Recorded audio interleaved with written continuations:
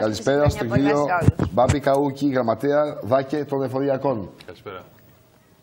Πού το Χρόνια πολλά. Τι είναι αυτό, 5 δις θα δώσουμε μέσα σε πόσες μέρες?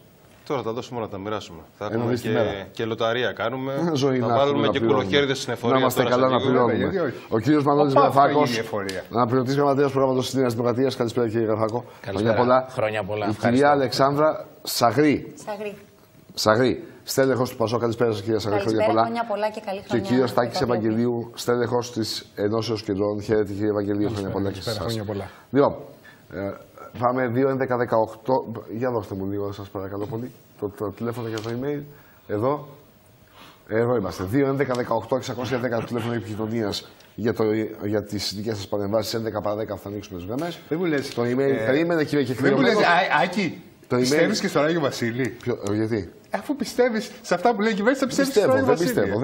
Δεν πιστεύω τίποτα ούτε στο ένα ούτε στο άλλο. Το τι θα δούμε με εντάξει, το δέχομαι. Όλα τα παιδιά αυτόν τον καιρό θέλουν να ακούνε παραμύθια. Το email της εκπομπής. Παρεμβάσεις @blueskytv.gr. Για πάμε να δούμε με την οικονομία. Θα ξεκινήσουμε, παιδιά, μετά το Σκοπιανό. Επιστρέφουμε τώρα. Πριν πάω στην κυρία Αυλονίτου για να την τζιγκλίσω, να δω τον κύριο Καούκη, σας παρακαλώ πάρα πολύ. Εμένα μην περίμενε, εσύ είσαι έτοιμος ούτως ή άλλως. Για πάμε στον κύριο Καούκη.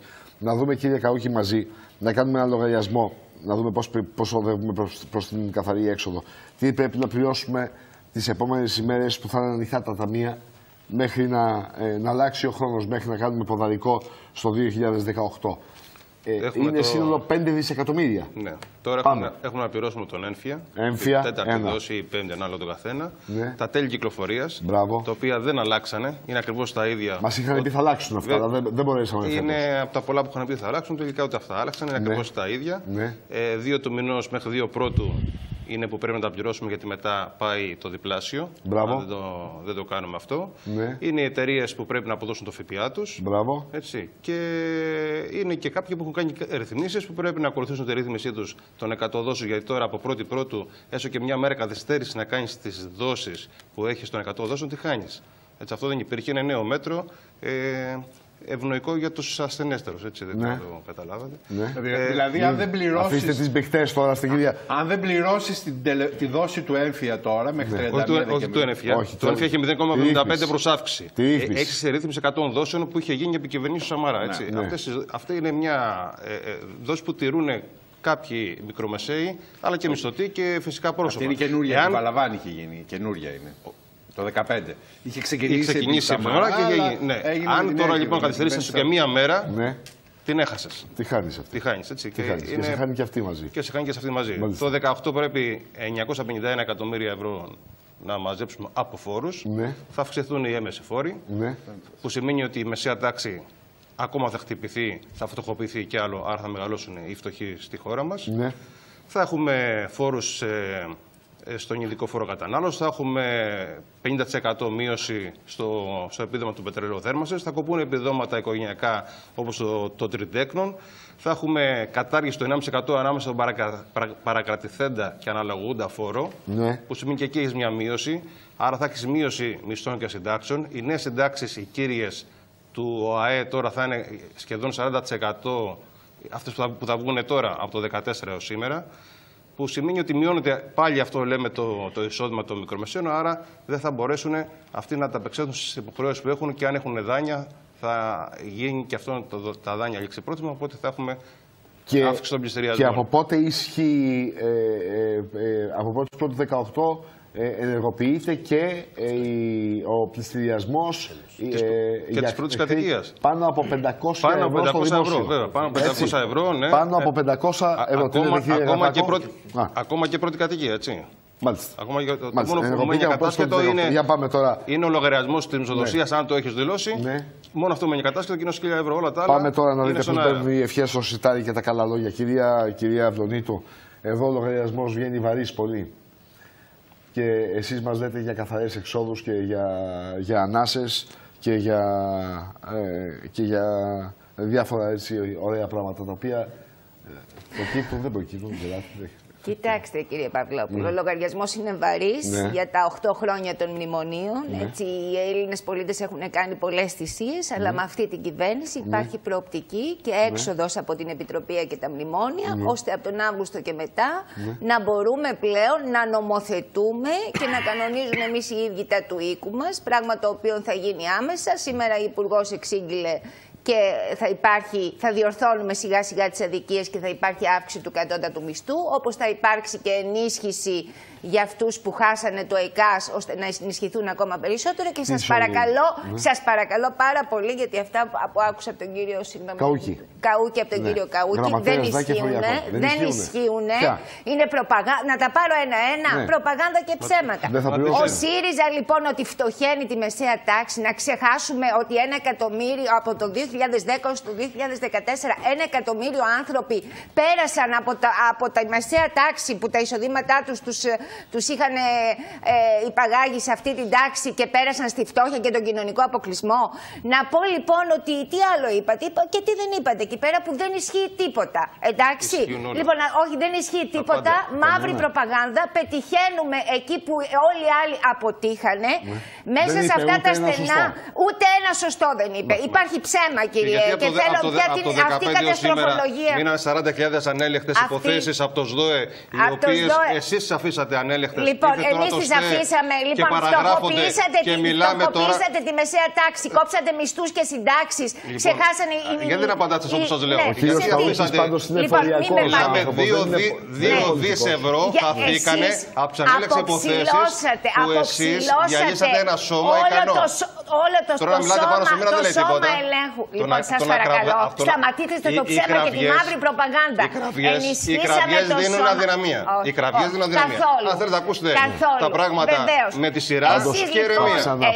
Θα ξαναπώ χρονιάρες μέρες ότι ο κύριος Καούκης. Δεν μπορώ να ακούω όμως, κύριε Παυλόπουλε, αυτή τη μαύρη προπαγάνδα κάθε βράδυ. Είναι εφοριακός ο άνθρωπος. Γενικός σύμβουλος της Ομοσπονδίας. Να έχει διαμαρτυρηθεί όταν φροντίσανε οι άλλοι. Ο κύριος Γραφάκος εκπροσωπεί τη Νέα Δημοκρατία. Δεν με δείχνει όμως ο φακός όταν μιλάω, εντάξει. Θα έπρεπε λοιπόν να είχαν φροντίσει, να μην είχαν αποψηλώσει και την εφορία και το σώμα των ελέγχων που κάνουν όλους αυτούς τους ελέγχους, τους οποίους εμείς ενισχύσαμε. Το διαλύσατε για να μην μπορεί να υπάρχει κανένας έλεγχος, για να δεν είναι αλήθεια αυτά που λέτε. Η Επιτροπή Ελέγχου Παιγνίων, οι Έλληνες πολίτες βομβαρδίζονται με όλη αυτή τη μαύρη προπαγάνδα και της καταστροφής. Λοιπόν, ο σύντροφός σας, ο κύριος Στεριώτης, γιατί κατηγορεί ευθέως τον νέο πρόεδρο της Επιτροπής Ελέγχου Παιγνίων για αυτό που γίνονται?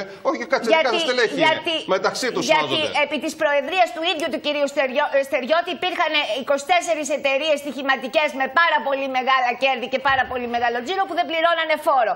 Αυτό ήταν ένα μεταβατικό στάδιο που έφτιαξε η Νέα Δημοκρατία και το ΠΑΣΟΚ το 2011 ως τετραετές σχέδιο και θα έπρεπε να έχει τελειώσει και συνέχιζαν αυτές οι εταιρείες να βρίσκονται έτσι, να μην βρίσκονται υπό κανέναν έλεγχο. Και την Επιτροπή θα τη διαλύσετε τώρα. Λοιπόν, σας παρακαλώ. Λοιπόν, κύριε Παυλόπουλε, αυτή η κυβέρνηση μέσα στις δύσκολες συνθήκες φτιάχνει ένα κοινωνικό κράτος που αν το είχαμε θα είχαν περάσει οι Έλληνες πολίτες πολύ καλύτερα. Τα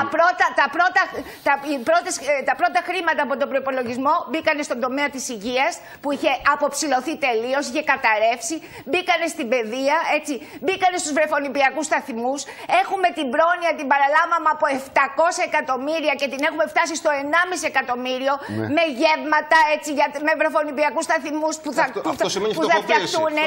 Φτωχοποίηση που τη βρήκαμε και δουλειά το 2017.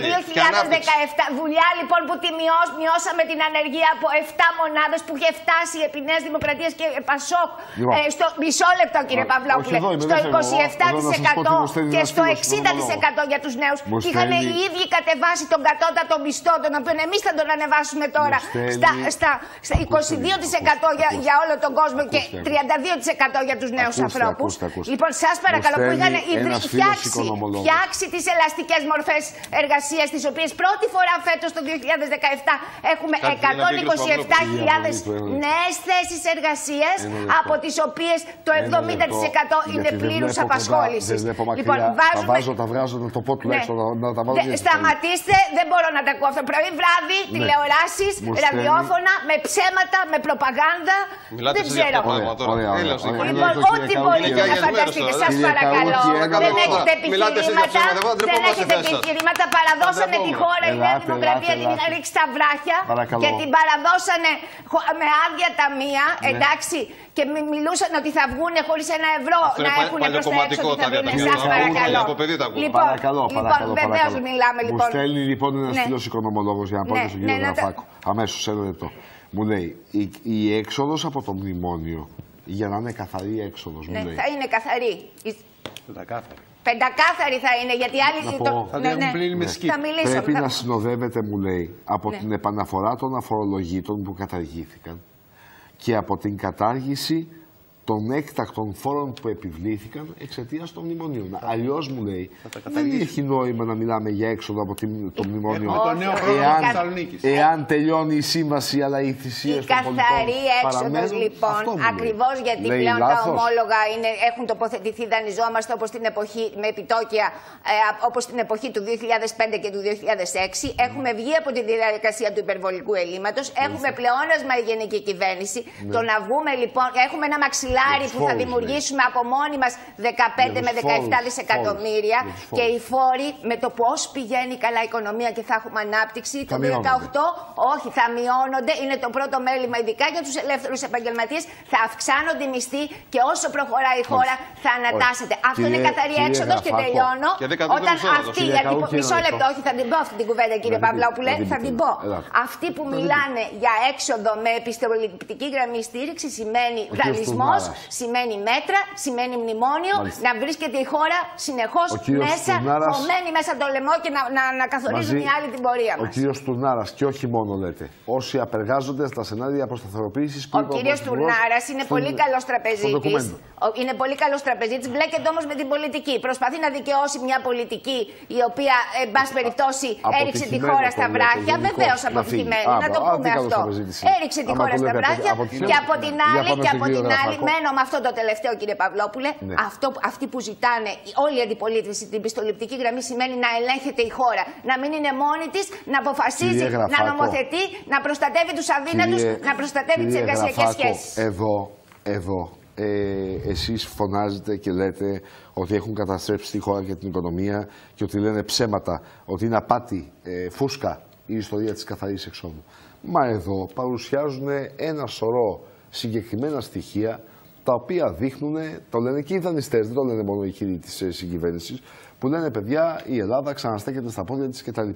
Θέλετε τα ομόλογα, θέλετε την ανεργία, θέλετε τους δείκτες της μακροοικονομίας, θέλετε ότι δεν θέλουμε τελειώνει τη δανειακή σύμβαση τον Αύγουστο του 2018. Θέλετε ότι μοιράζονται από τα πλεονάσματα μερίσματα. Θέλετε ότι βγαίνει η κυρία Αξιόγλου και λέει παιδιά τώρα από το 2018 και μετά μπορώ να μιλήσω και για αύξηση του κατώτατου μισθού. 751 ευρώ. Όχι τώρα. Φτιάξτε νέο πρόγραμμα Θεσσαλονίκη. Τώρα. Πάμε σε εκλογές με νέο πρόγραμμα Θεσσαλονίκη.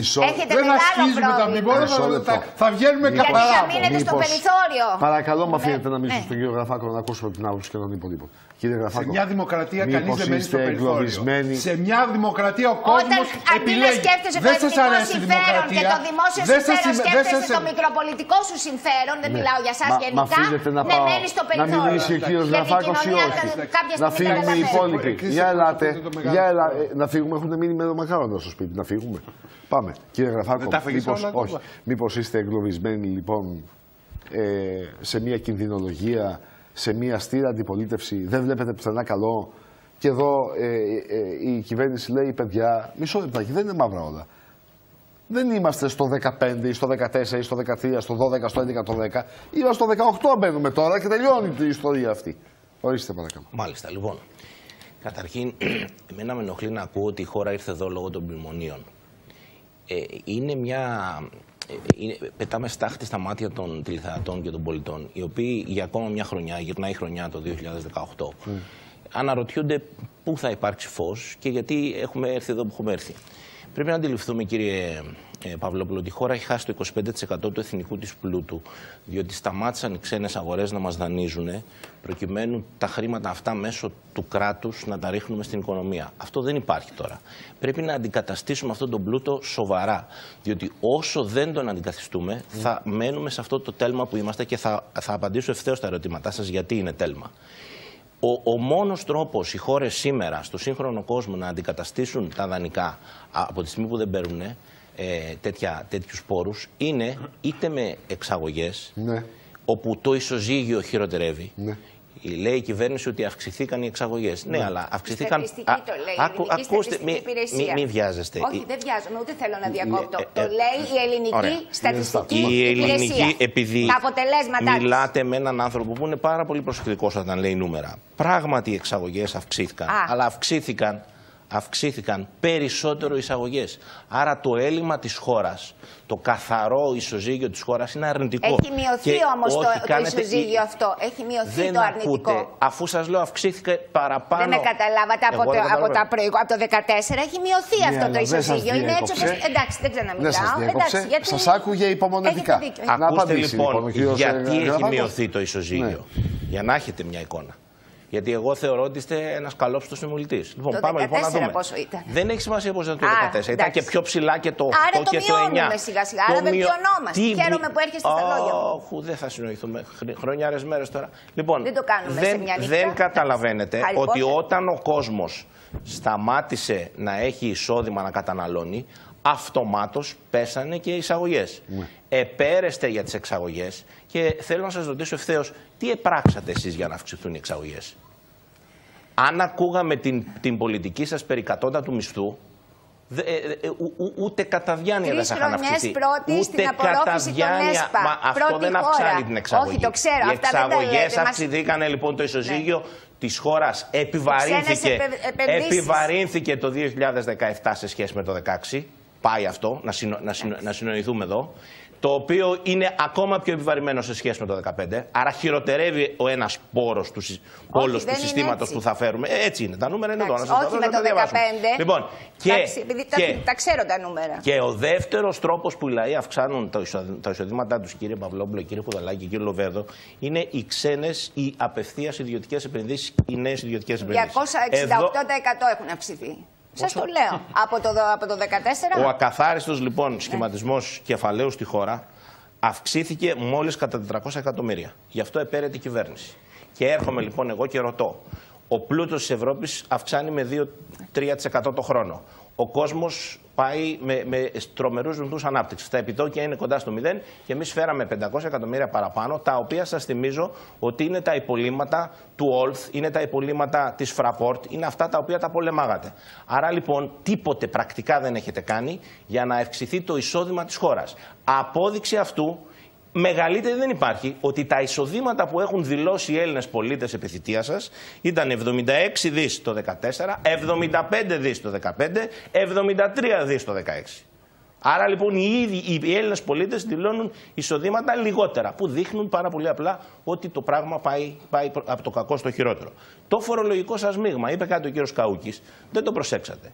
Ξέρετε ότι το 2014 όταν αναλάβατε το ισοζύγιο έμεσων με άμεσων φόρων ήταν 46,5% άμεση φόρη και το έχετε ρίξει τώρα στο 43% και 57% έμεση. Ξέρετε τι θα πει αυτό? Συγγνώμη, κυρία Αυλονίτου. Δεν θέλετε την απάντηση όμως. Ακούστε, θέλω την απάντηση.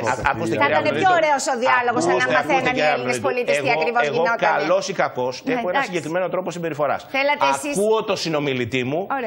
Θα ρείτε ότι συμφωνούσα με αυτά που λέγατε? Αλλά έκρινα ότι είναι κόσμο, να σας αφήσω να ολοκληρώσετε. Λοιπόν, εγώ λοιπόν σας λέω πολύ συγκεκριμένα ότι όταν σε έναν λαό ο οποίος δηλώνει χαμηλότερα εισοδήματα, έρχεσαι εσύ και του φορολογείς περισσότερο με την έμεση φορολογία, τον φτωχοποιείς ακόμα περισσότερο τις μεσαίες και χαμηλότερες εισοδηματικές τάξεις. Εσείς δεν φορολογούσατε με την έμεση φορολογία, θα βάζετε 24% στον ΕΙΔΑΠ, στα τιμολόγια του ΕΙΔΑΠ και της ΔΕΗ.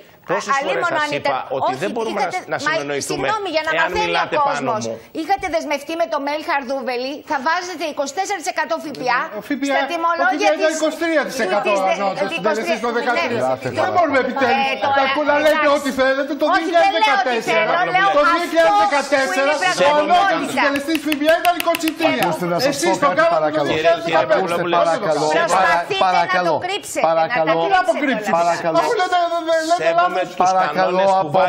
Παρακαλώ απόψε. Ένα λεπτάκι. Δεν ολοκλήρωσα. Να συνεννοηθούμε. Σας παρακαλώ, γιατί και χρονιαρισμένες. Θα ολοκληρώσει ο κύριος Γραφάκος, παρακαλώ πάρα πολύ. Σε ένα λεπτό. Ελάτε, κύριε Γραφάκο. Και να τελειώσω με το θέμα της καθαρής εξόδου. Μα ποιον κοροϊδεύουμε τώρα? Όταν η χώρα έχει υπογράψει τα πρωτογενή πλεονάσματα μέχρι το 2022 3,5%. Ναι. Όταν μέχρι το 2060 έχουμε πλεονάσματα 2,2%. Όταν έχουν ψηφιστεί τα μέτρα για το 2019 και το 2020. Ναι. Και λέμε τώρα, μας κατηγορούν, γιατί και εγώ είμαι της άποψης ότι η χώρα δεν μπορεί να βγει, κύριε Παύλο. Η Επιτροπή να σου βάζουν μέτρα, να σου αποφασίσουν ότι αυτό θα κάνεις με το να μπορείς μόνος σου να το κάνεις. Διαφωνώ σε όλα όσα είπατε, αλλά δεν σας διέκοψα. Έχετε λίγο υπομονή. Ελάτε, παρακαλώ. Κατανοώ ότι μπορεί να έρχεστε σε δύσκολη θέση, αλλά όχι σε δύσκολη, δεν έρχομαι. Στη διαστρέβλωση όμως και στο καθημερινό ψέμα που μας βομβαρδίζουν. Εντάξει. Και στην κατασυκοφάντηση, γιατί πάει καλά η οικονομία, που θα αποτυπωθεί μετά από 8 μήνες και στις τσέπες των ανθρώπων. Θα έρθω, παρακαλώ. Αν τελειώσει ο κ. Λοιπόν, ένα δευτερόλεπτο. Άρα λοιπόν δεν μιλάμε για καμία καθαρή έξοδο. Η Ελλάδα δεν μπορεί να βγει να δανειστεί με χαμηλότερο επιτόκιο από αυτό που ήδη τρέχει το πρόγραμμα. Έτσι, άρα αναγκαστικά θα υπάρχει μια προληπτική γραμμή. Αναγκαστικά θα υπάρχει μια προληπτική γραμμή. Αυτό που δανειζόμαστε το 5 είμαστε τώρα. Κυρία Αυλώνη, μα συγγνώμη, λέει κάτι. Δεν μπορούμε να συζητήσουμε. Το 2005 δανειζόμαστε με αυτό που είναι το σημερινό το επιτόκιο. Δεν μπορούμε να συζητήσουμε. Τότε ήταν εντάξει, τώρα δεν είναι. Αφήστε τον, σας παρακαλώ. Να είστε καλά, κύριε Αυλωνίτου. Ελάτε, κύριε Γραφάκο. Βάλτε τελεία. Μου την έβαλε η κυρία Αυλωνίτου, κύριε Παύλο. Αυτό πάντως, κύριε Γραφάκο, δεν απαντά όλο αυτό που περιγράφεται ως κάδρο πραγματικότητας. Είναι πραγματικότητα όμως αυτό. Ναι, δεν απαντά στο ερώτημα των πολιτών που λέει, παιδιά, και εσείς... Πάμε, τι θα κάνουμε λοιπόν εμείς? Δεν αλλάζει τίποτα. Δεν με ρωτήσατε. Δεν αλλάζει τίποτα. Με ρωτήσατε να περιγράψετε, θα σας πω τι θα κάνουμε. Εμείς αυτό το οποίο στοχεύουμε και κάναμε ένα προγραμματικό συνέδριο και ούτε για... Μισό, σας ζητώ συγγνώμη, τον δω τον κύριο Γραφάκο. Ούτε για μισθούς μιλάει, ούτε για συντάξεις μιλάει. Λέει μάλιστα συγκεκριμένα, εγώ κύριε δεν μπορώ να υποσχεθώ ότι θα ξαναδώσω τις συντάξεις πίσω. Προφανώς. Σωστά. Ναι, δεν μπορεί να υποσχεθεί. Άρα λοιπόν και εσείς λέτε, παιδιά, θα συνεχίσουμε τις θυσίες που έχουν επιβάλει. Εμείς αυτό που λέμε με απλά λόγια, κύριε Παυλόπουλε, είναι ότι εφόσον ο εθνικός πλούτος της χώρας εξακολουθεί και παραμένει σε αυτά τα επίπεδα, θα τριγυρνάμε με τη μιζέρια μας. Για να μπορέσει η Ελλάδα να πάρει μπρος, θα χρειαστεί νέος πλούτος. Και ο νέος πλούτος έρχεται μέσα από νέες ιδιωτικές επενδύσεις, να μην τις απαριθμίσω. Γιατί και αυτές που γίνονται τώρα είναι δικής μας, από τη δική μας κυβέρνηση, και έρχεται μέσα από σοβαρή ενίσχυση του ισοζυγίου της χώρας με το εξωτερικό, με εξωστρέφεια. Αυτά λοιπόν θα κάνουμε. Όλο αυτό πάντως μου κάνει κανένα τρίχρονο. Εμείς, ακούστε. Κανένα τρίχρονο μου κάνει. Όχι. Για να αρχίσει να λειτουργεί. Εμείς δεν όχι, θα λειτουργήσει. Μπορεί να λειτουργήσει. Ακούστε, κύριε Παυλόπουλε, για να δώσουμε και ένα τόνο αισιοδοξίας. Ο έξω κόσμος πάει καλά. Η χώρα μας δεν πάει καλά. Τότε γιατί ο έξω κόσμος πάει καλά. Η Ευρώπη έχει βρει βηματισμό. Αναπτύσσεται. Κοιτάξτε, η Ελλάδα το 2017 η Ελλάδα δεν αμφισβητούμε ότι θα έχει θετικό πρόσημο στην ανάπτυξή της. Θα έχει θετικό πρόσημο και θα ξαναφτάσει πάλι τα επίπεδα που ήταν το 2014. Μετά από τη διετή πτώση των ΣΥΡΙΖΑ-ΝΕΛ. Δεν το αμφισβητούμε. Αλλά αυτό που προέρχεται, σας είπα που προέρχεται. Προέρχεται από τον τουρισμό κατά κανόνα. Και γιατί πάει καλά ο τουρισμός? Γιατί αυξάνονται με το χρόνο οι άνθρωποι που κάνουν τουρισμό σε όλο τον κόσμο. Δεν τους το πιστώνουν. Έτσι. Δεν τους πιστώνετε τίποτα. Εγώ δεν πιστώνω σε κανέναν τίποτα. Εγώ λέω ότι αυξάνεται ο τουρισμός στην Ελλάδα διότι αυξάνονται οι τουρίστες χρόνο με το χρόνο που κινούνται στον κόσμο. Ο τουρισμός διεθνώς κινείται. Έτσι, ο Κινέζος τουρίστας ήταν ένα ανέκδοτο πριν από 20 χρόνια, τώρα είναι μια πραγματικότητα και τη βιώνουμε. Άρα λοιπόν εμείς τι λέμε? Λέμε ότι παρόλο που έξω ο κόσμος πάει καλά, παρόλο που έχουμε capital controls, που έχουμε μια κυβέρνηση που δεν είναι φιλοεπενδυτική. Τούτοι φέρνουν τους Κινέζους. Μα τώρα, κύριε Παυλόπουλε, οι διεθνείς τάσεις δεν τις διαμορφώνουμε εμείς. Κύριε Παυλόπουλε, πρέπει να καταλάβουμε, τις διεθνείς τάσεις δεν τις καθορίζουμε εμείς. Το ευτύχημα είναι να μπορέσουμε να τις ακολουθούμε και να παίρνουμε το μερτικό που μας ανήκει. Διάλειμμα, η κυρία Σαγρή. Λοιπόν. Έχουμε κυρία. Επιστρέφουμε. Ελάτε, κυρία Σαγρή. Κύριε Παυλόπουλε, ευχαριστώ πολύ. Να είστε καλά. Αυτό στο οποίο θέλω να σταθώ είναι ότι επειδή προέρχομαι από μια γενιά η οποία πραγματικά πλήττεται κατά ένα πολύ μεγάλο ποσοστό λόγω της κρίσης που μαστίζει τη χώρα μας τα τελευταία χρόνια, πραγματικά θλίβομαι και επειδή παρακολουθώ τα πολιτικά πράγματα πολύ στενά τα τελευταία χρόνια, θλίβομαι πραγματικά να βλέπω από μια κυβέρνηση όπως είναι η κυβέρνηση των ΣΥΡΙΖΑ και ΑΝΕΛ με επικοινωνιακά τεχνάσματα και με φωνασκίες, επειδή ακριβώς υπάρχει ένδυα πολύ σημαντική επιχειρημάτων, να προσπαθεί να καλύψει κενά πάρα πολύ σημαντικά. Και τι θέλω να πω με αυτό. Έχει βρεθεί, κύριε Παυλόπουλε, αυτή τη στιγμή το αφήγημα για τις επόμενες εκλογές. Ποιο είναι το αφήγημα? Ότι βγαίνουμε από τα μνημόνια, βγαίνουμε από την εποπτεία, όταν φυσικά και όχι, και όλα αυτά που η κυρία Αυλωνίτου, την οποία σέβομαι σαν πολιτικό πρόσωπο, αλλά φυσικά και δεν ενστερνίζομαι αυτά τα οποία λέει, όταν αυτά λοιπόν τα οποία θίγονται από την κυβέρνηση, φυσικά και δεν έχουν καμία δόση αλήθειας. Και για να μην... δεν έχουν καμία δόση αλήθειας, κύριε Παυλόπουλε, από την άποψη ότι για ποια έξοδα από τα μνημόνια, και μάλιστα καθαρή σε εισαγωγικά έξοδο μιλάμε, όταν όντως πραγματικά έχουν υπογράψει και έχουν πραγματικά συμφωνήσει για δυσβάσταχτα πρωτογενή πλεονάσματα 3,5% τα οποία δεν πιάνονται και δεν καλύπτονται. Ναι, όταν έχουν. Τώρα με συγχωρείτε πάρα πολύ. Συγγνώμη, κύριε Παυλόπουλε, να ολοκληρώσω και να μου πείτε μετά ό,τι θέλετε. Απλά να βάλω την ένστασή μου τώρα. Βεβαίως. Θυμάστε επί των δικών σας ημερών πόσες φορές είχαμε βγει? Κύριε Παυλόπουλε, η παρελθοντολογία είναι κάτι το οποίο είναι πάρα πολύ εύκολο. Γιατί είναι δηλαδή. Είναι πάρα πολύ εύκολο. Το θέμα είναι να μιλάμε με απτές. Επί των δικών σας ημερών βγαίναμε κάθε εβδομάδα, κυρία Σαγρή. Κύριε Παυλόπουλε, τελευταία στροφή αριστερά. Τελευταία ο Σκάβος δεξά. Τελευταίο Κορφοβούνι πιο πέρα. Κάθε εβδομάδα βγαίναμε. Και κάθε μήνα είχαμε νέους φόρους. Να σας μιλήσω λοιπόν πολύ συγκεκριμένα ότι για τα έτη 2015 έως 2017 η προβλεπόμενη ανάπτυξη πριν την κυβέρνηση ΣΥΡΙΖΑ-ΑΝΕΛ θα έφτανε αθροιστικά το 10,1 του ακαθάριστου εθνικού προϊόντος. Και τώρα συζητάμε για 1,6 για το 2017. Επίσης, να μιλήσω για τα 7,5 δισεκατομμύρια ευρώ αχρίαστου πρωτογενούς πλεονάσματος που η κυβέρνηση των ΣΥΡΙΖΑ-ΑΝΕΛ πραγματικά μας έχει δεσμεύσει. Αυτό το οποίο επίσης θέλω να πω είναι ότι δεν φτάνει να είμαστε και να λέμε ότι καλά τα κάνανε οι προηγούμενοι ή κακά τα κάνανε οι προηγούμενοι. Το θέμα είναι απτά και απλά να αντιλαμβανόμαστε την πραγματικότητα που είναι δεινή για τους Έλληνες πολίτες. Όταν λοιπόν για ποια μείωση της ανεργίας μιλάμε?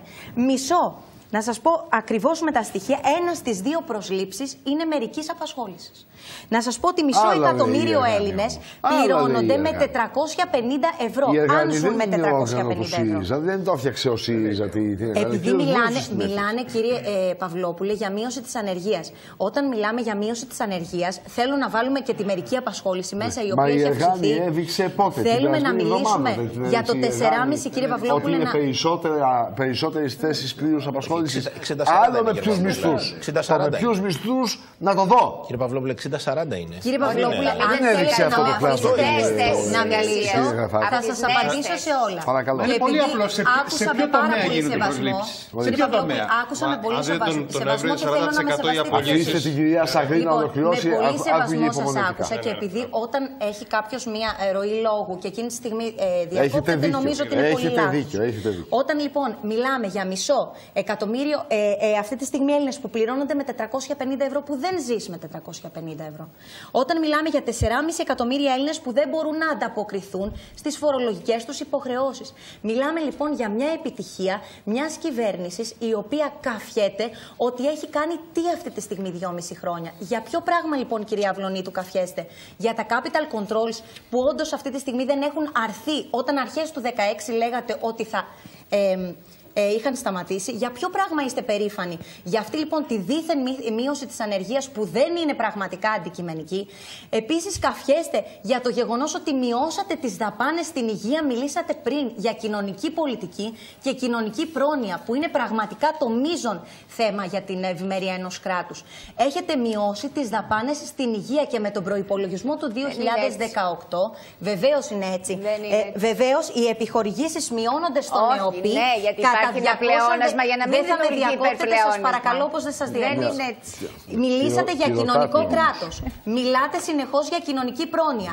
Μοιράζετε κοινωνικά μερίσματα και παίρνετε διαμερίσματα με τους ηλεκτρονικούς πληστηριασμούς που εσείς νομοθετήσατε. Διότι 7 χρόνια μνημονίων οι κυβερνήσεις οι προηγούμενες και συμπεριλαμβανομένου και του Πασόκ δεν νομοθέτησε τους ηλεκτρονικούς πληστηριασμούς και έρχεστε εσείς η πρώτη φορά αριστερά και τους νομοθετείτε. Λοιπόν, μιλάτε λοιπόν για κοινωνική πολιτική και για το σύστημα υγείας μιλήσατε και της παιδείας. Προέρχομαι από το σύστημα παιδείας και στο τρίτο μνημόνιο που φέρει τη δική σας υπογραφή, εσείς εντάξατε την παιδεία στο τρίτο μνημόνιο. Επίσης, στην υγεία μειώνονται οι επιχορηγήσεις κατά 214 εκατομμύρια στα νοσοκομεία και στο Υπουργείο Υγείας. Ποιος λοιπόν είναι ο βασικός σας ισχυρισμός, κυρία Βλονίτου, ότι υπάρχει. Σας παρακαλώ πολύ. Αν δεν τα ξέρω καλά, μετά έχετε την δυνατότητα να μου απαντήσετε. Η χρηματοδότηση ήταν 4,2 όταν το πήραμε, 4,3 του ΑΕΠ της υγείας και αυτή τη στιγμή είναι στο 5,2 χωρίς να είναι αρκετή. Γιατί πρέπει να φτάσουμε το μέσο όρο της Ευρώπης, επειδή ο κύριος Γεωργιάδης και οι όμοιοι του μας κατέβασαν εκεί. Έτσι κατέρευσαν. Λοιπόν, εσείς μιλάτε για κοινωνική πολιτική αυτή τη στιγμή και έχετε, γιατί τους μη προνομιούχους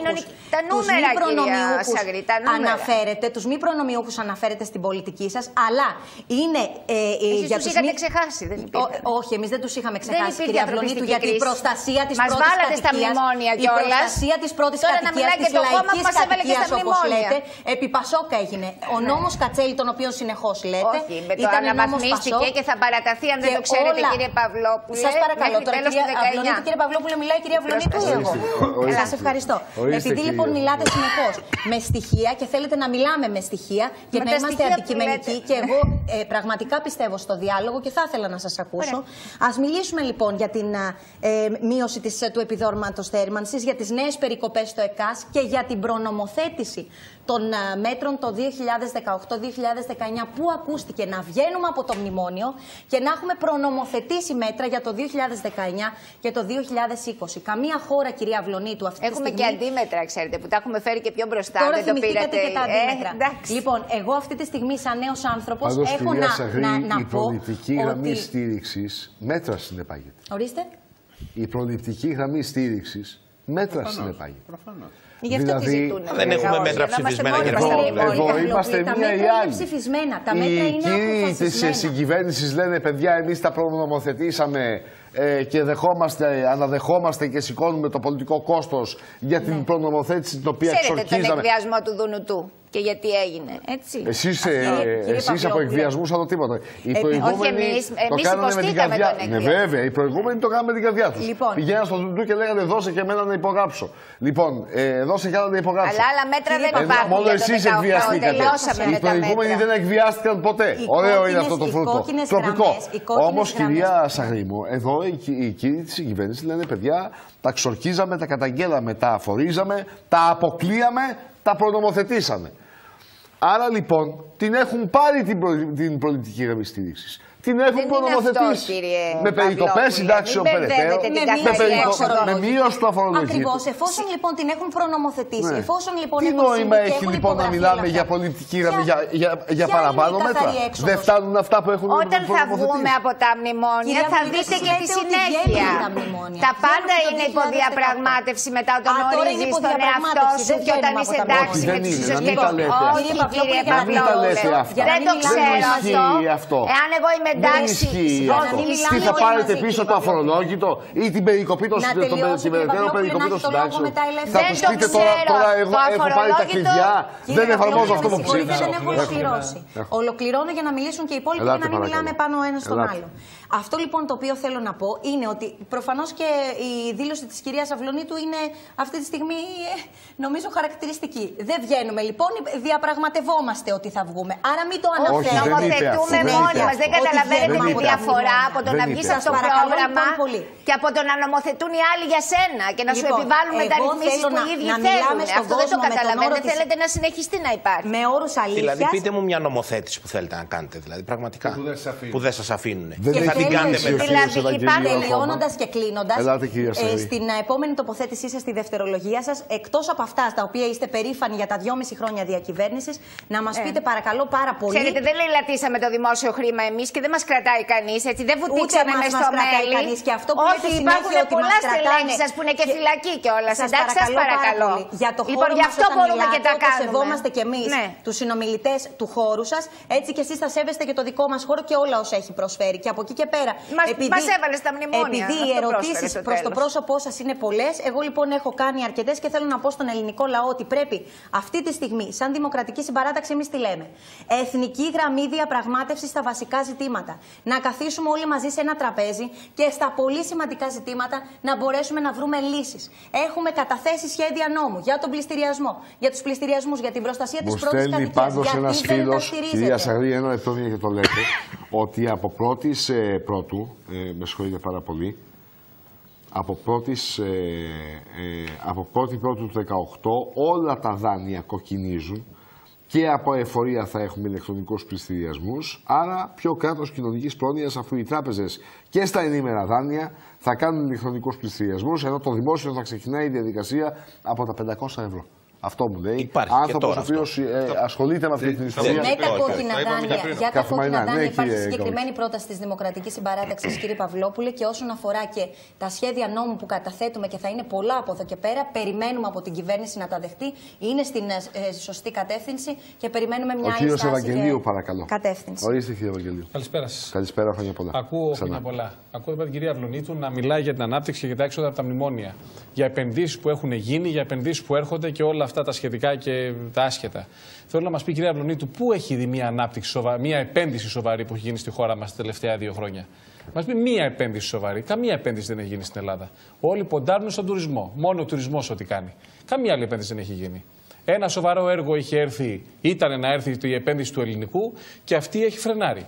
Έχει φρενάρει με διάφορες προφάσεις, οι οποίες μήπως έχουν κάποιο σκοπό. Μήπως τελικά η κυβέρνηση του Τσίπρα δεν θέλει να γίνει τώρα αυτή η επένδυση, αλλά να γίνει λίγο πριν τις εκλογές, έτσι ώστε να φανεί μια πλασματική ανάπτυξη. Γιατί με τέτοιες θέσεις εργασίας που θα γίνουν σε εκείνη την περίοδο εκείνου του έργου, θα φανεί μια πλασματική ανάπτυξη, την οποία μπορεί πολύ κάλλιστα ο Τσίπρας να τη χρησιμοποιήσει και να πει: κοιτάξτε να δείτε, φέραμε την άνοιξη. Μιλάμε για επενδύσεις, μιλάμε για απορρόφηση του ΕΣΠΑ.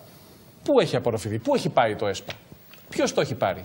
Ακόμα στο ερευνό καινοτομό που έχουν γίνει τώρα κάποιες προτάσεις που κατατεθήκανε, πολλές προτάσεις που είναι πολύ πάνω από τη βάση, κοντά στο άριστα, βγήκανε στις μη χρηματοδοτούμενες. Δεν θα πάρει κανείς λεφτά. Και μάλιστα υπήρξε πλεονάζον ποσό, το οποίο λέει θα ανακατανεμηθεί. Αφού θα ανακατανεμηθεί, γιατί δεν κατανεμήθηκε την πρώτη φορά. Δηλαδή τι περιμένουμε. Προτάσεις οι οποίες έχουν περάσει το μέσο όρο, κοντεύουν να πάρουν άριστα με 4,5 από τα 5. Έτσι όπως είμαι. Έτσι όπως ήταν η βαθμολογία τους. Κοπήκανε, δεν χρηματοδοτηθήκανε.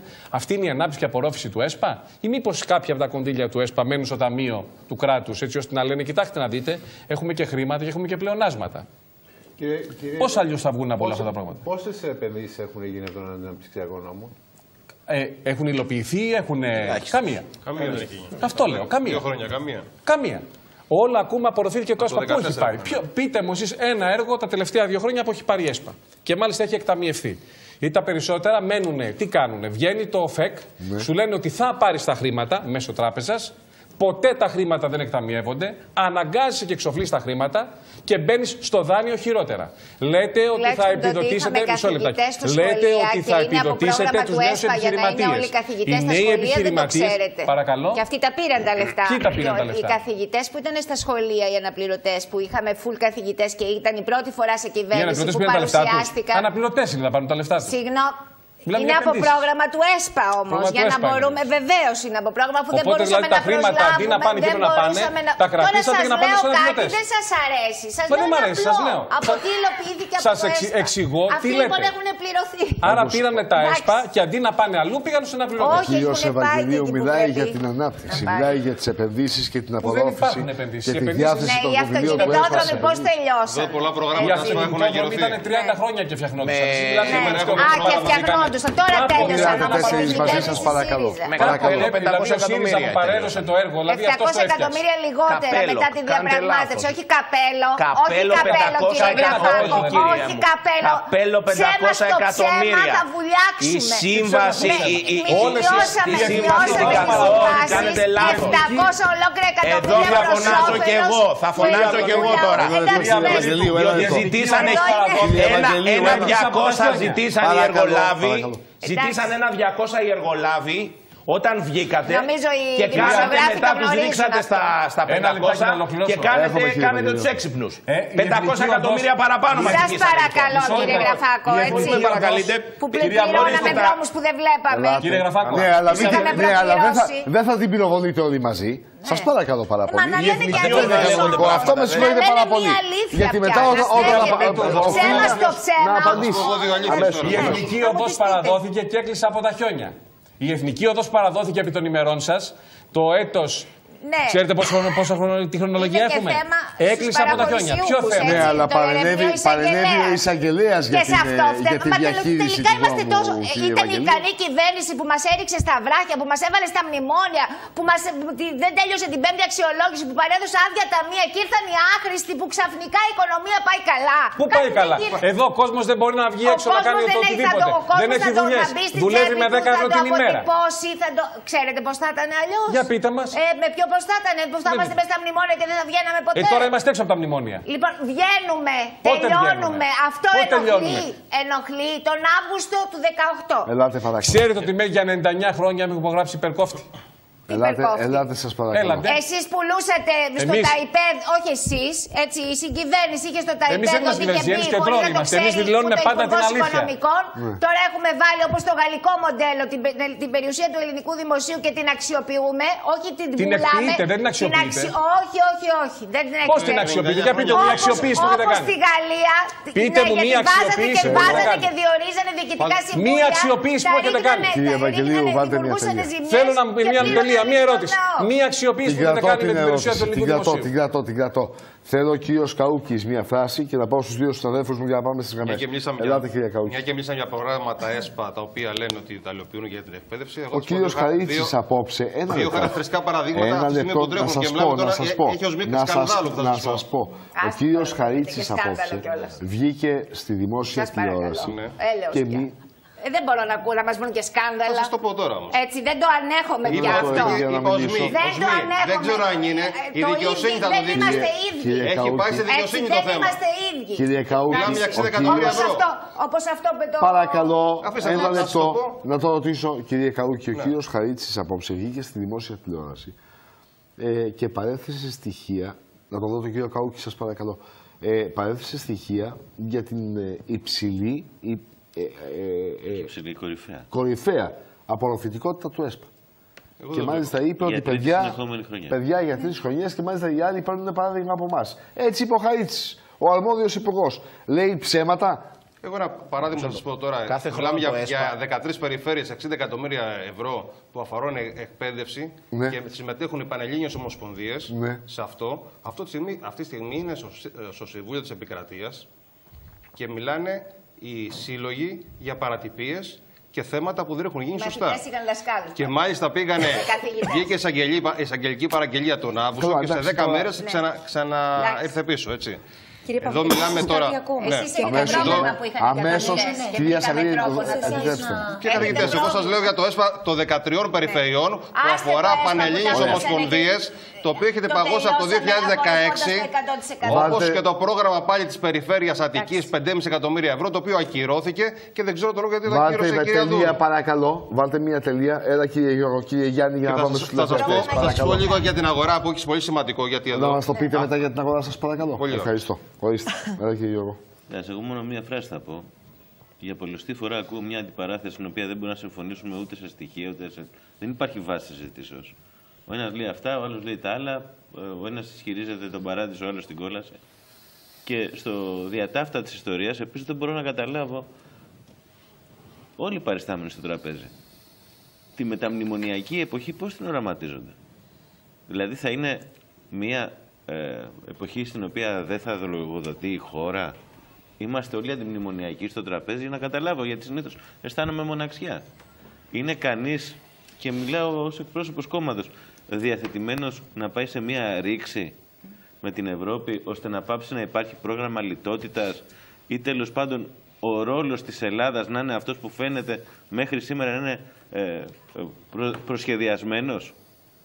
Έχουμε πάθει αμνησία στο τραπέζι. Δεν θυμόμαστε και με τους νυν και με τους πρώην ότι μας έλεγε, ας πούμε, για παράδειγμα, ο κύριος Στράς στη Βουλή, απαντώντας στον κύριο Κορκίδη, που δεν είναι ΣΥΡΙΖΑ, ότι τα 300 ευρώ είναι μια χαρά σύνταξη. Εάν έχουμε κάποια τέτοιου είδους επιδίωξη, καλό είναι να ανοίξει ο καθένας τα χαρτιά του, να πει ότι εγώ αυτό πιστεύω, ότι δεν πρέπει να έχω τη γερμανική μπότα στο κεφάλι μου και ότι έτσι και έτσι θα πράξω για να φέρω τα πράγματα βόλτα.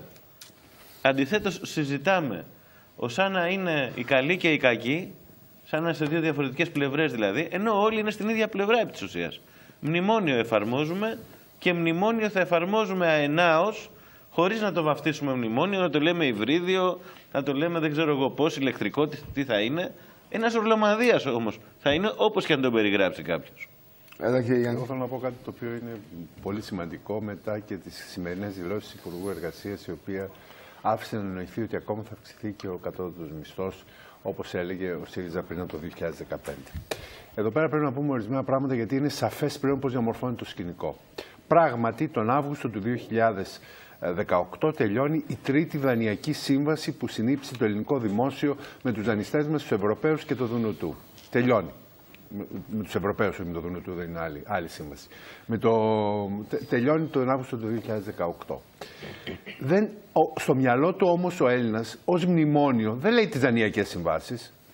Εννοεί τις πολιτικές της λιτότητας και τις περιοριστικές πολιτικές. Αυτές δεν μπορούν και δεν πρόκειται να σταματήσουν. Διότι δεν υπάρχει κάποια κάνουλα κάπου με χρήμα το οποίο δεν μας αφήνουν οι κακοί δανειστές να ανοίξουμε για να αρχίσει να τρέχει το χρήμα αυτό που το έχουμε κάπου κρυμμένο. Δεν υπάρχει χρήμα στην Ελλάδα αυτή τη στιγμή. Δεν υπάρχει χρήμα. Πρέπει να το δημιουργήσουμε. Πρέπει να δημιουργήσουμε πλούτο στην Ελλάδα. Αυτός δεν γίνεται με μαγικούς τρόπους και δεν γίνεται με κυβερνητικές αποφάσεις. Γίνεται με συγκροτημένες πολιτικές και με προσέλκυση επενδύσεων. Είναι ο μοναδικός τρόπος παγκοσμίως και δεν έχουμε πρωτοτυπία εμείς για να βρούμε κάποιο μαγικό τρόπο. Σε αυτό όμως τι βλέπω. Και αυτό είναι ίσως το πιο σημαντικό. Ότι η κυβέρνηση, επειδή πλέον κατά τη γνώμη μου έχει δρομολογήσει τις εκλογές για το φθινόπωρο του 2018, αμέσως μετά την λήξη της Δανειακής Σύμβασης, τον Αύγουστο του 2018, προετοιμάζει το έδαφος ούτως ώστε να πάει σε εκλογές με ένα νέο πρόγραμμα Θεσσαλονίκης, που θα είναι μια επανάληψη με διαφορετική τροποποίηση αυτών που έλεγε το 2015. Δηλαδή δεν θα λέει θα σκίσουμε τα μνημόνια, θα λέει σας βγάλαμε από τα μνημόνια. Δεν θα λέει ότι θα πάμε τον μισθό στα 751 ευρώ, θα λέει κάτι παρόμοιο. Θα λέει παρόμοια πράγματα με το 2015 και με αυτή την απάτη, την πολιτική απάτη, την πολιτική κοροϊδία θα προσπαθήσει να κρατήσει, όχι να κερδίσει τις εκλογές, γιατί το ξέρει δεν μπορεί να τις κερδίσει πια, να είναι όμως σε πολύ... Το ξέρει. Έλα τώρα, Κάτσε να δούμε. Εγώ κάτσε να δούμε. Πολύ καλά ότι από τώρα μέχρι το 18-19 είναι άπειρος πολιτικός χρόνος. Πολύ άπειρος και πάντα φέρει την κυβέρνηση. Δεν υπάρχει στην ιστορία κόμμα που να κέρδισε τον τελευταίο χρόνο των εκλογών όταν είναι σε πτώση. Δεν υπάρχει. Εσείς θέλετε να ζείτε σε ένα παράλληλο σύμπαν. Το παράλληλο σύμπαν δεν υπάρχει. Υπάρχει μια σκληρή πραγματικότητα που την βιώνει στην καθημερινότητά του Έλληνας πολίτης. Και ξέρει πολύ καλά ο Έλληνας πολίτης τι ζει, ό,τι στατιστικά στοιχεία και αν του Τότε θα προσχωρήσω στο σχόλιο του Χουδαλάκη. Ότι η ίδια σκληρή πραγματικότητα που περιγράφεις θα είναι προς διαχείριση και από τα χέρια της επόμενης κυβέρνησης. Βεβαίως και θα είναι. Η οποία κομίζει αξιοπιστία. Δεν φτάνει αυτό το κρατικό. Γι' αυτό δεν είναι διαβατήριο για όλα. Γι' αυτό και αν έχεις ακούσει καλά, η αντιπολίτευση δεν έχει υποσχεθεί τίποτα στον κόσμο. Δεν υπόσχεται ούτε αύξηση του κατώτατου μισθού, ούτε αύξηση των συντάξεων, ούτε φύγια για μεταξωτές κορδέλες. Έχει υποσχεθεί μειώσεις φόρων που είναι ο μόνος τρόπος για να αυξηθούν τα φορολογικά έσοδα. Αν διαπιστώσετε τα στοιχεία, οι φόροι, ενώ αυξήθηκαν οι φόροι το 2017, τα έσοδα από φόρους μειώθηκαν. Ναι, ορίστε, μου λέει φίλος οικονομολόγος. Άρα γιατί να σου ψηφίσουν τους επόμενους, άμα δεν. Λοιπόν, ο κύριος Μαρκάκης. Ας ψηφίσει ΣΥΡΙΖΑ. Μια ζωή. Ας τον κόσμο να ψηφίσει ό,τι θέλει. Ο κόσμος είναι ελεύθερος να ψηφίσει ό,τι θέλει. Παίρνει και την ευθύνη των ψήφου του. Ναι. Ο κύριος Μαρκάκης από την Ικαρία, από τη πανέμορφη Ικαρία. Καλησπέρα σας, χρόνια πολλά. Γεια σου κύριε Παυλόπουλε. Ναι. Γεια σας κύριε Παυλόπουλε. Καλώς το να. Ναι, σας γνωρίζω από την αρχή που ξεκινήσατε δημοσιογράφος. Σας ξέρω από παιδί. Λοιπόν, ακούστε κύριε Παυλόπουλε, γιατί χαίρομαι που είσαστε καλός δημοσιογράφος. Ακούστε, έχω πάρει ένα δάνειο να φτιάξω το σπίτι μου που μου έπεσε. Και το πήρα ένα πολύ κάπου 7.000. Και με παίρνει μια χρηματιστική εταιρεία και μου λέει, αν δεν μπορείς να καταθέσεις, μου λέει, θα σου στείλω ανθρώποι κάτω να σε σκοτώσουνε. Τι πράγματα είναι αυτά? Για πες της κυρίας βουλευτής απέναντι που κάθεται και λέει πώς μπορώ να σώσω εγώ Κύριε Μαρκάκη μου, λάθος πήρατε τηλέφωνο. Έπρεπε να πάρετε το τηλέφωνο σας με τον αριθμό που χτύπησε, να πάτε στην αστυνομία, να παρέμβει η εισαγγελέας να κάνει άρση τηλεφωνικού απορρίτου, να βρει ποιοι είναι αυτοί, να δει τι σας είπανε και να τους πάει σούπι τους μέσα. Εάν σας είπανε τέτοιο πράγμα που περιγράφετε, έτσι σας το είπανε. Ναι, να πω κύριε Παυλόπουλε κάτι, με συγχωρείς που σας διακόπτω, γιατί σας ξέρουμε γιατί είστε πάρα πολύ καλούς άνθρωπος. Εγώ τώρα έχω μία ανάπηρη γυναίκα και ένα παιδί με αυτισμό. Ναι. Αστυνομία έχετε εκεί στο χωριό. Ακούστε, πήγα στην πολεοδομία. Ναι. Στην πολεοδομία. Αστυνομία στο χωριό έχεις? Έχω. Ωραία. Σου είπαν αυτό που μου λες? Ναι, πήγα στην πολεοδομία και φέρα τον πολεοδόμο της Ικαρίας να μου καταγράψει τη ζημιά από το μηχανικό που μου έκανε τη δόμηση. Πες στην κυρία βουλευτή πως η πολεοδομία τα παίρνει, από τον κόσμο τα παίρνει, όπως ο εφοριακός στη Σάμο που λέει, καταλάγει και λέει, εσύ τι κόμμα είσαι, ο κύριος Βούρος, εσύ να πληρώσεις φόρο 500 ευρώ και ευρώ. Έτσι πες στην κυρία βουλευτή. Έτσι, και όταν θα έρθει το καλοκαίρι κάτω να ζητήσουν τσίβι, θα είμαι στο άρμπουρο του καϊκιού μου και θα το σπετάω ντομάτες της κυρίας. Γιατί και η οικογένειά μου πεινάει. Αλλά βγαίνει με το σύνολα, κύριε Παυλόπουλε, και μας κάνει τη μάγισσα. Πώς να έρθει τώρα η στιγμή να έρθει η γυναίκα? Κύριε Μαρκάκη, ευχαριστώ. Εάν σας είπαν αυτό που σας είπαν στο τηλέφωνο, ξαναλέω, να πάτε στην αστυνομία. Και η αστυνομία έχει τους τρόπους να βρει ποιος σας το είπε και τι σας είπε. Ευχαριστώ. Ο κύριος Κωστής. Καλησπέρα κύριε Παυλόπουλε. Καλησπέρα σας, χρόνια πολλά. Να είστε καλά επίσης. Ο Τσίπρας έδωσε ορισμένα μερίσματα. Ναι. Θέλετε από φορολογία, θέλετε όπως θέλετε. Η Νέα Δημοκρατία και το Πασόκ τι έκανε που ορίεται ο Λοβέρδος να μας πει κάτι για τον Ισάκη, κύριε Παυλόπουλε, απέναντι από τη Βενεζουέλα που τα έχουν καταχωνιάσει και τα λεφτά. Γυρίζει ο Λοβέρδος από το ναυτιά, από το... Τώρα ο Λοβέρδος σας πείραξε, κύριε Κωστή.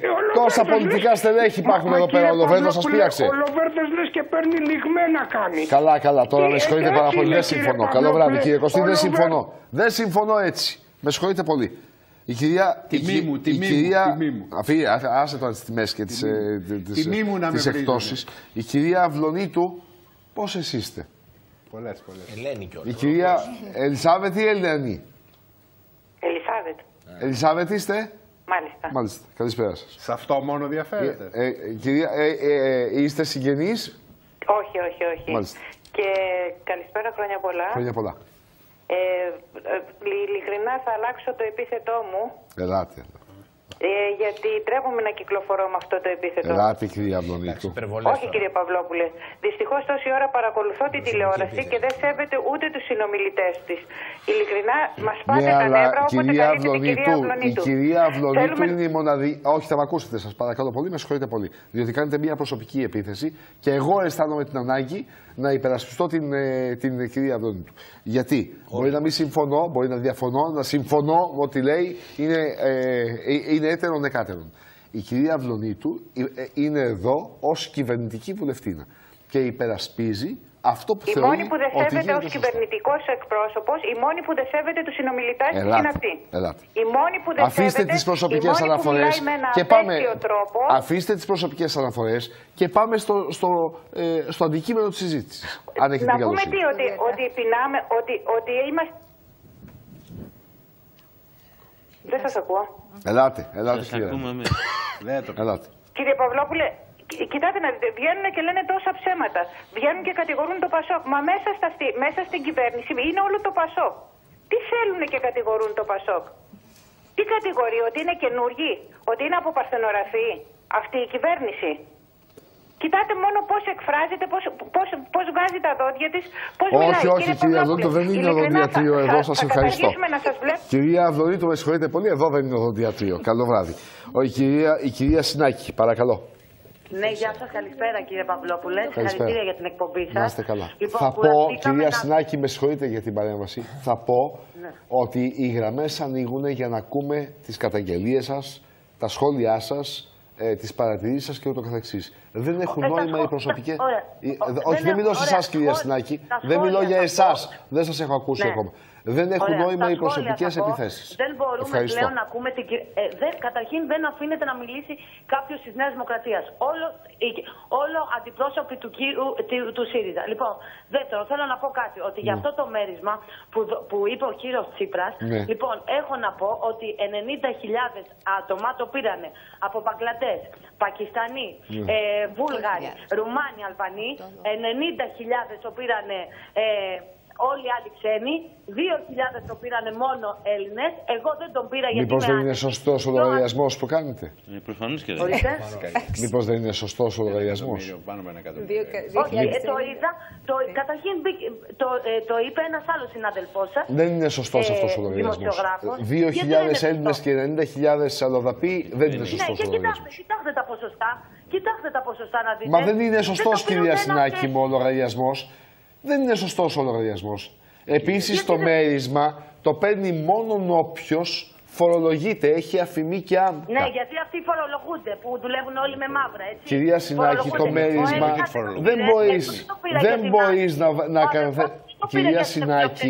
Κυρία Σινάκη, να ασκούμε κριτική, αλλά να έχει μια βάση. Δεν μπορείς να καταθέσεις έτοιμα στην πλατφόρμα του τάξης για το μέρισμα αν δεν έχεις ταυτότητα φορολογική. Πώς θα γίνει τώρα? Κύριε Παυλόπουλε, πήγα στα ΚΕΠ της Καλυθέας και μου είπε ένας λογιστής, μου είπε 50 Αλβανοί κάνανε για την πλατφόρμα για το μέρισμα και 50 το πήρανε. 60 Έλληνες κάνανε, οι 5 το πήρανε. Αυτό, τίποτα άλλο. Καλό βράδυ, κυρία Σινάκη. Δεν συμφωνώ εγώ με αυτό το λογαριασμό. Και δεν είναι και ακριβής. Αυτό είναι το θέμα μου. Δηλαδή. Όταν ένας στους 10 δεν ήταν ελληνικής καταγωγής, ήταν Έλληνας πολίτης άλλης καταγωγής. Ένας στους 10. Και Έλληνας πολίτης. Φορολογούμενος στην Ελλάδα. Φορολογούμενος με φορολογική ταυτότητα. Νομίμως βρισκόμενος στην Ελλάδα. Με φορολογική ταυτότητα. Ναι, όχι, λέω. Πολλοί εξ αυτών είναι και Έλληνες πολίτες. Μην το ξεχνάμε. Επίσης υπάρχουν πάρα πολλοί. Τα μερίσματα εμένα δεν μ' αρέσουν. Δεν μ' αρέσουν τα μερίσματα. Εδώ πάντως για να μην χάνουμε την μπάλα. Αλλά αυτός ο λογαριασμός δεν είναι σωστός. Επειδή ακούστηκε στον αέρα και είναι τελείως αντίθετο από την πραγματικότητα. Δεν είναι 90.000 αλλοδαποί και 2.000 Έλληνες. Να είμαστε σοβαροί. Είναι πάνω από 1 εκατομμύριο Έλληνες και περίπου 120.000 αλλοδαποί. Ο κύριος Μαυριτσάκος, παρακαλώ, καλησπέρα σας. Γεια σας. Γεια σας. Κύριε Παυλόπουλε. Ναι. Απευθύνομαι προς την κυρία. Πώς τη λένε αυτή? Αυλονίτου τη λένε. Την κυρία Αυλονίτου. Ναι. Ήθελα να μας πει τα 38 εκατομμύρια που χρωστάει ο Ιβάν Σαββίδης από τις ΕΚΑΠ, πού θα τα πάρει το κράτος? Τη φτώχεψε τώρα για να βγάλει όλους τους ανέργους. Αυτή είναι η κυβέρνηση του ΣΥΡΙΖΑ με τυχοδιώκτες και με απατεώνες. Με τις άδειες, τις τηλεοπτικές άδειες και με όλα αυτά. Προσπαθούν να πάρουν όλο να γίνουν αφεντικά. Ευχαριστώ πολύ. Καλό βράδυ. Να μας απαντήσει. Και η κυρία Πανάγου, φορτισμένη είμαστε απόψε χριστουγεννιάτικα. Ναι, καλησπέρα, χρόνια πολλά. Καλησπέρα, θα κυρία ήθελα Πανάγου. να ρωτήσω την κυρία Αυλονίτου. Ναι. Γιατί το μέρισμα δεν το πήραμε εμείς οι Έλληνες, οι οποίοι είχαμε ένα πατρικό σπίτι και παίρνουμε 300 ευρώ σύνταξη, έτσι, και το πήραν οι αλλοδαποί, όποιοι και αν είναι αυτοί, ενώ έχουν περιουσίες, δεν στιγματίζω επειδή είναι αλλοδαπός, έτσι, έχουν περιουσίες έξω και σας λέω με βεβαιότητα ότι έχουν σπίτια, ειδικά οι Αλβανοί έχουν πάρει σπίτια και έχουν μεγάλα σπίτια στην Αλβανία, έρχονται εδώ, το παίζουν ότι είναι άνεργοι ή δεν ξέρω τι είναι, και παίρνουν τα μερίσματα. Ναι. Και μάλιστα 1.100 το μέρισμα που παίρνουν. Ναι. Παίρνουν το ανώτατο. Ναι. Και εμείς, επειδή έτυχε να έχουμε το σπίτι μας, το πατρικό εδώ, και παίρνουμε 300 ευρώ, το μέρισμα δεν το παίρνουμε. Είναι υπερήφανοι γι' αυτό. Ευχαριστώ, δηλαδή, κυρία. εμείς θα φτιάξουμε τους ξένους και με κάποια κριτήρια. Όχι, λέει κάτι, ναι. κυρία διαφορετικό και πολύ συγκεκριμένο. Λέει ότι εγώ που έχω χαμηλή σύνταξη και σε επίπεδο εισοδήματος το δικαιούμαι το μέρισμα και έχω την ατυχία να έχω ένα σπίτι, με πετάει απ' έξω. Γιατί κάπου έπρεπε να μπουν κάποια κριτήρια. Εργάζεται δεν εδώ και έρχεται από μια άλλη χώρα και στέλνει τα λεφτά έξω. Που παίρνει εδώ ο άνθρωπος και φορολογείται. Και στέλνει τα χρήματα έξω και αγοράζει περιουσία στην πατρίδα του, το δικαιούται το μέρισμα. Σπίτι ο ένας, σπίτι κι ο άλλος. Το θέμα είναι από πού βγήκε αυτό το μέρισμα. Του δεύτερου δεν είναι εδώ το σπίτι. Έτσι, έχει βάση η παρατήρηση. Όχι, κύριε Παυλόπουλε, δεν είναι ρατσιστικό αυτό που λέτε. Αφορούν μόνιμους κατοίκους εδώ που ζουν και εργάζονται, έτσι, που φορολογούνται εδώ. Ότι ένας άνθρωπος που έρχεται από άλλη χώρα, να τη δω την κυρία Βλούντου, σας παρακαλώ. Ένας άνθρωπος ο οποίος είτε είναι Αλβανός, είτε είναι Βούλγαρος, δεν με πειράζει εμένα αυτό. Ο άνθρωπος αυτός δουλεύει εδώ. Έχει φορολογική ταυτότητα. Αλλά εδώ μένει στο ενίκιο, γιατί προτιμάει ο άνθρωπος αυτός να στείλει τα χρήματα στην πατρίδα του και να αγοράσει ένα σπίτι στην πατρίδα του, να έχει να πηγαίνει όταν πάει να δει τους γονείς του κτλ. Και σας λέει ότι ο Έλληνας που έχει χαμηλό εισόδημα και κληρονόμησε ένα σπίτι από τον πατέρα του, τον πετάει έξω, δεν παίρνει το μέρισμα. Ο αλλοδαπός που δουλεύει εδώ ο άνθρωπος και φορολογείται και πληρώνει τους φόρους του, αλλά δεν έχει ακίνητο γιατί αγοράζει το ακίνητο στην πατρίδα του, το παίρνει το μέρισμα. Και αυτή η παρατήρηση απλά είπα ότι με τα κριτήρια που έβαλε το Υπουργείο, και δεν είναι ρατσιστική. Με τα κριτήρια που έβαλε το Υπουργείο, κάλυψε 32% του πληθυσμού. Είναι πάνω, έτσι, το 1/3. Εγώ μιλώ για δεν μπορούσε με άλλα κριτήρια. Ναι, απλώς σας λέω, έκανε ό,τι καλύτερο μπορούσε και κάλυψε ένα μεγάλο ποσοστό από τον... Ένα 200 είναι το 32% του ελληνικού πληθυσμού. Πότε μειώθηκε? Επειδή υποτίθεται ότι πολλαπλασιάζουμε τις οικογένειες. Για πάμε διάλειμμα, σας παρακαλώ, πάμε διάλειμμα. Επιστρέφουμε για 10 λεπτά, ακόμη 15 λεπτά. Ακόμη ο κύριος. Έχω 30 δευτερόλεπτα τα 15 σου λεπτά. Καταρχήν, επειδή ακούστηκαν κάποια πράγματα στον αέρα σχέση με το μέρισμα και το που πήγαν. Η αλήθεια είναι ότι η συντριπτική πλειονότητα των ανθρώπων που πήραν το μέρισμα ήταν ελληνικής καταγωγής. Το κομμάτι, και ήταν εύστοχο το σχόλιο, νομίζω της κυρίας Πανάγου, ότι δηλαδή κάποιος που δηλώνει φτωχός στην Ελλάδα μπορεί να έχει περιουσιακά στοιχεία στο εξωτερικό, είναι κάτι το οποίο δεν είχε προβλεφθεί και αξίζει, νομίζω, έρευνας. Ένα τρίτο, το οποίο το συζητάγαμε και με τον Γιάννη στο διάλειμμα. Δηλαδή, η επίκληση, αυτός παίρνει μαύρα. Μα στο 1.300 περίπου που πήραν μέρισμα, προφανώς υπάρχουν άνθρωποι οι οποίοι κοροϊδεύουν το δημόσιο και κοροϊδεύουν και όλους τους υπόλοιπους εμάς. Γιατί για να μην ξεχνάμε... Το ερώτημα είναι πόσοι ήταν αυτοί. Για να μην ξεχνάμε, το μέρισμα πάρθηκε από τη φορολόγηση ανθρώπων που πάρα πολύ δύσκολα κατάφεραν να τα απεξέλθουν. Αυτό όμως, ότι κάποιοι παίρνουν μαύρα, να με επιτρέψετε να πω, ακόμα και αν σε ποσοστό μπορεί να είναι περισσότεροι οι αλλοδαποί, γιατί είναι και σε πιο αδύναμη θέση οι περισσότεροι εξ αυτών, δεν αφορά μόνο τους αλλοδαπούς. Όχι, αφορά μαύρα οριζοντίως. Αφορά και αλλοδαπούς και μεδαπούς. Μαύρα οριζοντίως. Αφορά και εκείνους που τα δίνουν. Προφανέστατα. Εκεί όμως υπάρχει ένα σοβαρό θέμα αδικίας. Διότι, για παράδειγμα, η κυρία Σάγρη είναι δασκάλα. Σαγρή, με συγχωρείτε. Είναι δασκάλα.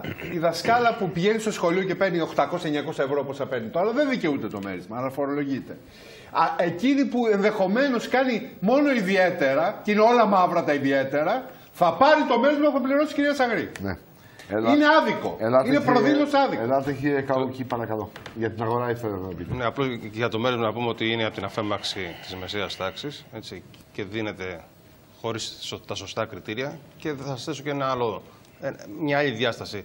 Γιατί να μην επιβραβεύσουμε μια φορά σε αυτή τη γη στην Ελλάδα τις υγιείς επιχειρήσεις. Δηλαδή, ο επιχειρηματίας, ο μικρομεσαίος που τηρεί απλογραφικά βιβλία και πληρώνει τις εισφορές του, τις ασφαλιστικές στην ώρα του, το ΦΠΑ του και το φόρο εισοδήματος, στο τέλος του έτους, αντί να το δώσω το μοίρασμα από εδώ και από εκεί, χωρίς να ξέρω πού το μοιράζω, να το δώσω σε μακροχρόνια άνεργο μέσω ΑΕΔ και να επιδοτήσω τη θέση εργασίας στην επιχείρηση, στη μικρομεσαία.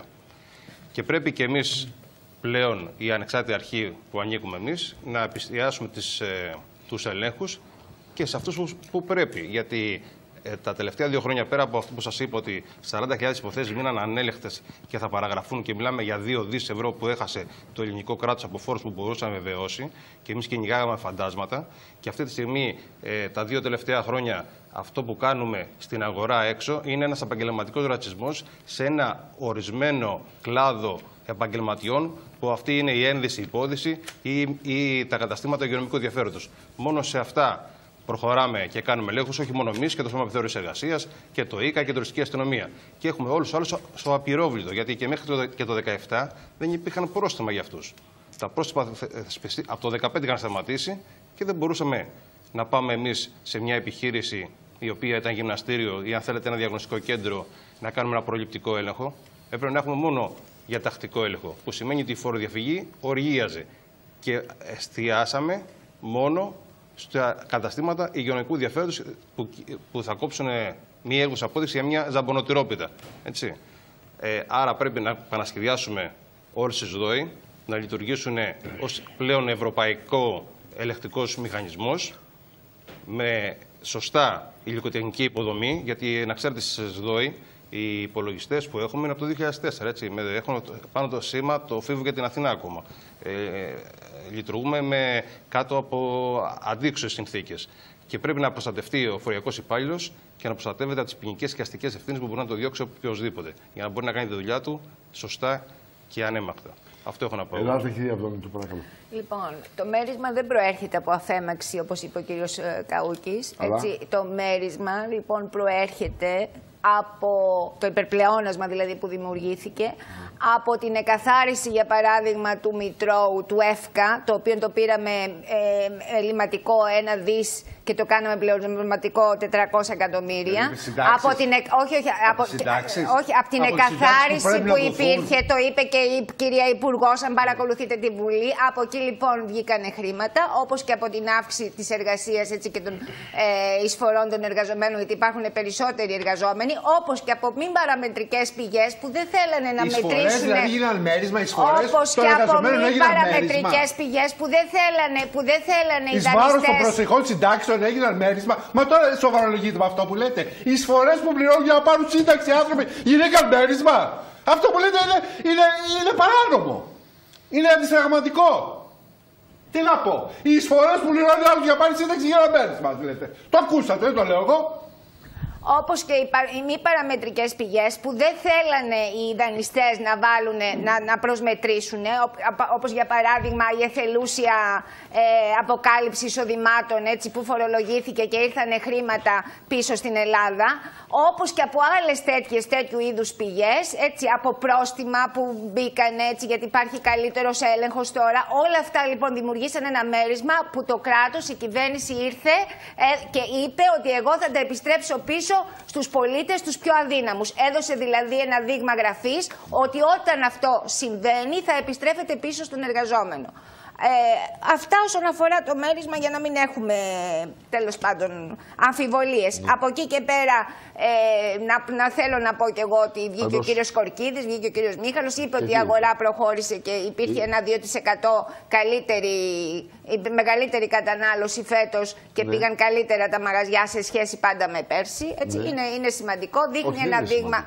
Το 2% με συγχωρείτε πάρα πολύ. Όχι, αύξηση της κατανάλωσης μέσα σε ένα σφιχτό πλαίσιο. Ακροβατή. Το 2% δεν είναι αυτό που λέμε, παιδιά. Υπήρχε ο τζίρος, δηλαδή αυξήθηκε 15-20%. Και αυξήθηκε ο φόρος. Ναι. Λοιπόν, από εκεί και πέρα, τι άλλο θέλετε να με ρωτήσετε? Αυτή η κυβέρνηση έχει κάνει ό,τι μπορεί, έτσι. Ήρθε να βάλει μια τάξη, να νοικοκυρεύσει, να προστατεύσει τους αδύναμες. Για ποια? Για τη ΣΕΚΑΠ. Η ΣΕΚΑΠ λοιπόν είναι ένα θέμα πολιτικότατο. Η Νέα Δημοκρατία. Με αναγκαστική χρεοκοπία. 170 εργαζόμενοι είναι στον ΑΕΠ. Ναι, η Νέα Δημοκρατία προσπαθεί να κάνει οτιδήποτε προκειμένου να ρίξει αυτή την κυβέρνηση για να ξανάρθει πίσω στα πράγματα, να συγκαλύψει δεν ξέρω, ακόμα και τα δάνειά της και ό,τι θέλετε. Όλα αυτά τα οποία έκανε τα προηγούμενα χρόνια και κάνει ό,τι μπορεί. Είναι ένα ζήτημα πολιτικό το οποίο θα λυθεί πολιτικά και πιστεύω στις επόμενες μέρες θα λυθεί. Για να καταλάβουμε καταλάβουν οι τηλεθεατές μας, αφορά ένα πρόστιμο τελωνιακό που μπήκε το 2009 και αφορούσε τους νεοδημοκράτες που ήταν τότε στη διοίκηση της εταιρείας. Και είναι 38 εκατομμύρια. Πήγε ποινικά. Άστε να το πω αυτό για να ακουστεί. Ποινικά λοιπόν δικαιωθήκανε, αθωωθήκανε, αλλά το πρόστιμο παρέμεινε. Ήρθε λοιπόν ξανά και το ξαναβάλανε, το ξαναζητάνε προφανώς γιατί τα αγόρασε ο κύριος Σαββίδης όταν τον παρακαλούσε ο κύριος Σαμαράς να τα αγοράσει. Τότε δεν υπήρχε πρόβλημα. Ποιος το ξαναζητάει το τελωνίο? Ξαναζητάει το τελωνίο. Το τελωνίο. Το οποίο προσέξτε τι έκανε το τελωνίο για να δείξει. Όχι, για να δείτε ότι. Μισό λεπτό, για να δείτε πόσο πολιτικά είναι προβληματικό αυτό το θέμα από πολιτικής άποψης. Έρχεται το τελωνίο και δεν δέχεται τον τελωνιακό κώδικα που λέει ότι εάν σου δίνω 4 εβδομάδες, 28 μέρες διάστημα, να καταθέσεις εγγυητική επιστολή και να δώσω τα προϊόντα που θέλεις στην αγορά. Ενώ λοιπόν κατατίθεται η εγγυητική επιστολή προκειμένου για να δημιουργήσουν πρόβλημα, να διώξουν τον κόσμο και να τον έχουν στον δρόμο για να πούνε να τι κάνει η κυβέρνηση στη ΣΥΡΙΖΑ, δημιουργείται αυτή η κατάσταση. Λοιπόν, θα είναι πολιτικό. Μα σας λέω, ο κώδικας των τελωνίων επιτρέπει ότι να περιμένεις ένα μήνα, σου δίνω την άδεια, δώσε τα προϊόντα σου, μου έχεις δώσει εγγυητικές επιστολές που κατατέθηκαν 4 εκατομμύρια, άρα καταλαβαίνετε τι υπονόμευση συμβαίνει εκεί. Να καταλάβω κάτι. Λοιπόν, έχουν πρόβλημα που το πήρε ο κύριος Σαββίδης και έσωσε μια κατάσταση και τους 100 εργαζόμενοι είναι εκεί. Αν η αρχή του τελωνίου είναι δεξιά και υπονομεύει την ιστορία της ΕΚΑΠ. Σας είπα όμως με επιχείρημα. Γιατί το κάνει αυτό το τελωνίο? Είναι στον κανονισμό του. Πώς θα επιληθεί πολιτικά ένα πρόστιμο των 38 εκατομμυρίων ευρώ που είναι άμεσα απαιτητό? Είναι πάντως πολιτική απόφαση και πολιτικό θέμα. Μην θέλετε να σας πω εγώ τον τρόπο. Δεν είμαι σε αυτά ούτε τελωνιακός. Ορίστε, κυρία. Αλλά, εν πάση περιπτώσει, κάποια στιγμή ας έρθουν και τα κόμματα να ρυθμίσουν, να δώσουν αυτά που χρωστάνε στον ελληνικό λαό και έπειτα να μιλάνε. Έτσι, 200 εκατομμύρια η Νέα Δημοκρατία και άλλα 200 το Πασόκ. Ορίστε, κύριε. Απλά η Νέα Δημοκρατία δίνει το 60% της τακτικής επιχορήγησης, το δίνει στο. Δεν ξεχρεώνεται ποτέ. Αυτό μπορούμε να δώσουμε, αυτό δίνουμε. Λοιπόν, δεν ισχύει για όλους τους πολίτες αυτό. Θα απαντήσω, έχετε δίκιο σε αυτό. Και βεβαίως υπήρχε ζήτημα στον τρόπο με τον οποίο τα κόμματα κινιόντουσαν οικονομικά. Αλλά εμείς, από το 2016 και μετά, έχουμε τραβήξει μια γραμμή. Και αυτό πρέπει να μας το πιστώσετε. Έτσι. Θα σας το πιστώσουμε. Αλλά δεν είναι του παρόντος αυτό. Αν σας βάλουμε μέσω να κάνουμε όλη την αντίστοιχη ρύθμιση. Δεν σας άκουσα. Θα σας το πιστώσουμε. Εάν μας βοηθήσετε όλους τους υπόλοιπους να κάνουμε αντίστοιχες ρυθμίσεις με αυτή που έχετε κάνει. Μα οφείλουμε να το κάνουμε εμείς. Μιλώ για το συγκεκριμένο κεφάλαιο. Οφείλουμε να το κάνουμε ως κυβέρνηση αυτό και ως πολιτεία. Γιατί τώρα βρισκόμαστε αντιμέτωποι με οφείλουμε να το κάνουμε, λέω εγώ. Εγώ λέω ότι οφείλουμε να το κάνουμε. Οφείλουμε να το κάνουμε. Διότι αν δεν το κάνουμε, θα κοιτάμε τις υποχρεώσεις των πολιτών έναντι του κράτους να αυξάνονται 1 δις το μήνα και εμείς να κλείνουμε τις χρονιές συν 12, συν 15 δις. Λοιπόν, εγώ θέλω στο 1 λεπτό υποθέτω που έχω να απαντήσω στο κρίσιμο, αν θέλετε, ερώτημα κατά την άποψή μου του κυρίου Χουδαλάκη, τι μέλη γενέστε στη μεταμνημονιακή εποχή. Η Ελλάδα τελειώνει ένα πρόγραμμα τώρα. Ένα πρόγραμμα το οποίο την καλύπτει δανειακά. Από εκεί και μετά η χώρα θα έχει πραγματικά ανάγκες χρηματοδότησης για να μπορέσει να αναχρηματοδοτήσει τα δάνειά της τα οποία λήγουν από εκεί μετά. Η απάντηση σε όλα τα θέματα τα οποία υπάρχουν και σε αυτό είναι ότι η χώρα πρέπει να αυξήσει τον εθνικό της πλούτο. Η αύξηση του εθνικού πλούτου της Ελλάδος γίνεται μόνο μέσα από τις συναλλαγές της με το εξωτερικό και μέσα από τις ιδιωτικές επενδύσεις. Αυτό εμείς πρέπει να κάνουμε. Και όταν μάλιστα ο κόσμος πάει πολύ δυνατά μπροστά, όταν η παγκόσμια οικονομία κινείται με πολύ γρήγορους ρυθμούς. Αν κάτι μπορούμε να μέμψουμε το ΣΥΡΙΖΑ περισσότερο από οποιοδήποτε άλλο, είναι ότι μας έχει φέρει σε απόκλιση με την Ευρώπη τα 3 τελευταία χρόνια κατά 6%.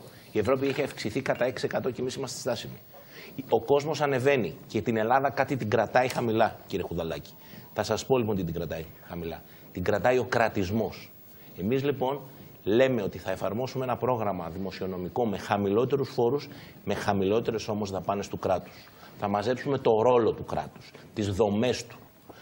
Θα αλλάξουμε τον τρόπο που λειτουργεί, τον τρόπο που αξιολογεί τα στελέχη του, τον τρόπο τον οποίο οι πολίτες θα αξιολογούν τους υπαλλήλους. Θα αλλάξουμε τον τρόπο που τοποθετούνται οι υπάλληλοι στις κέραιες θέσεις. Αυτό το κράτος που έχουμε δεν μπορούμε να πάμε πουθενά. Άρα λοιπόν η σειρά των πραγμάτων, για να τελειώσω, είναι μαζεύουμε τον κραντισμό, μαζεύουμε το κόστος του και την παρέμβασή του, μειώνουμε τη φορολογία, φιλοεπενδυτική πολιτική, με στόχο να πάρουμε το μερτικό μας από την αύξηση της παγκόσμιας οικονομίας και μάλιστα και με το παραπάνω. Και έτσι θα αυξήσουμε και το επίπεδο ευημερίας του ελληνικού λαού. Το τελευταίο μου σχόλιο, κύριε Παυλόπουλε, θα ήθελα να είναι το εξής: ότι η έξοδος από την κρίση δεν συμβαδίζει με φτωχοποίηση και υπερφορολόγηση της ελληνικής κοινωνίας, ούτε συμβαδίζει φυσικά και με τράπεζες που δεν μπορούν να χρηματοδοτήσουν την οικονομία, αλλά μπορεί να συμβαδίζει μόνο με πραγματικά σημαντικές επενδύσεις που μπορούν να γίνουν και να αυξήσουν τις θέσεις εργασίας. Αυτό φυσικά το λέμε όλοι. Αυτό που για να επιτευχθεί όμως χρειάζεται όχι κυβερνητική μόνο αλλαγή, αλλά αλλαγή πολιτικής. Και πολύ σωστά είπε ο κ. Χουδαλάκης ότι αφού το μείγμα και ευρωπαϊκά είναι πάρα πολύ συντηρητικό, νομίζω ότι αυτό που χρειάζεται είναι η εθνική γραμμή. Διαπραγμάτευσε ένα ολοκληρωμένο σχέδιο για ένα νέο μοντέλο παραγωγής που θα οδηγήσει σε μια βιώσιμη ανάπτυξη και σε προσέλκυση υγιών επενδύσεων. Αυτή τη στιγμή είναι χαρακτηριστικό ότι το 2016 οι επενδύσεις στην Ελλάδα βρέθηκαν σε πάρα πολύ χαμηλό ρυθμό. 20 ετία συγκεκριμένα, και το 2017 συνεχίζεται να χαρακτηρίζονται από αρνητικούς ρυθμούς. Αυτό λοιπόν πρέπει να μας προβληματίσει και πρέπει να αλλάξουμε πορεία, και είναι μια συνολική πρόκληση του πολιτικού συστήματος, ιδιαίτερα όταν πραγματικά έχουμε βιώσει τέτοιες συνθήκες και όταν ο ελληνικός λαός βιώνει τέτοιες συνθήκες δύσκολης καθημερινότητας. Είναι πρόκληση για όλους εμάς να ανταποκριθούμε στο ρόλο που επιτελούμε. Ο κύριος Ευαγγελίου, για να κλείσουμε παρακαλώ. Θα έχουμε σε λίγο μία βρώμικη έξοδο από τα μνημόνια και δεν θα υπάρξει καμία δημοσιονομική χαλαρότητα. Αντί για καθαρή το λέτε βρώμικη. Βρώμικη υπονοεί άλλα ζητήματα τώρα. Έχουμε έναν δίκονα ο οποίος λειτουργεί σαν συνιστόσα του ΣΥΡΙΖΑ. Δεν έχουμε καμία προστασία της πρώτης κατοικίας από τα κόκκινα δάνεια ή από οποιαδήποτε μορφής χρέους ως προς τους πολίτες. Έχουμε μία αποδοχή μιας ονομασίας σύνθετης με γεωγραφικά χαρακτηριστικά, και όλα αυτά, ανάπτυξη καμία, επενδύσεις δεν έρχονται, και όλα αυτά η κυβέρνηση του ΣΥΡΙΖΑ τα ονομάζει ανάπτυξη και τα ονομάζει ότι κλείνουμε με θετικό πρόσημο. Αυτά έχω να πω, δεν έχω να πω τίποτα άλλο. Σας ευχαριστούμε πάρα πολύ. Μπορώ να κλείσω τώρα, είμαστε εντάξει. Σας ευχαριστώ πάρα πολύ. Καλή σας νύχτα. Αύριο ξανά ραντεβού.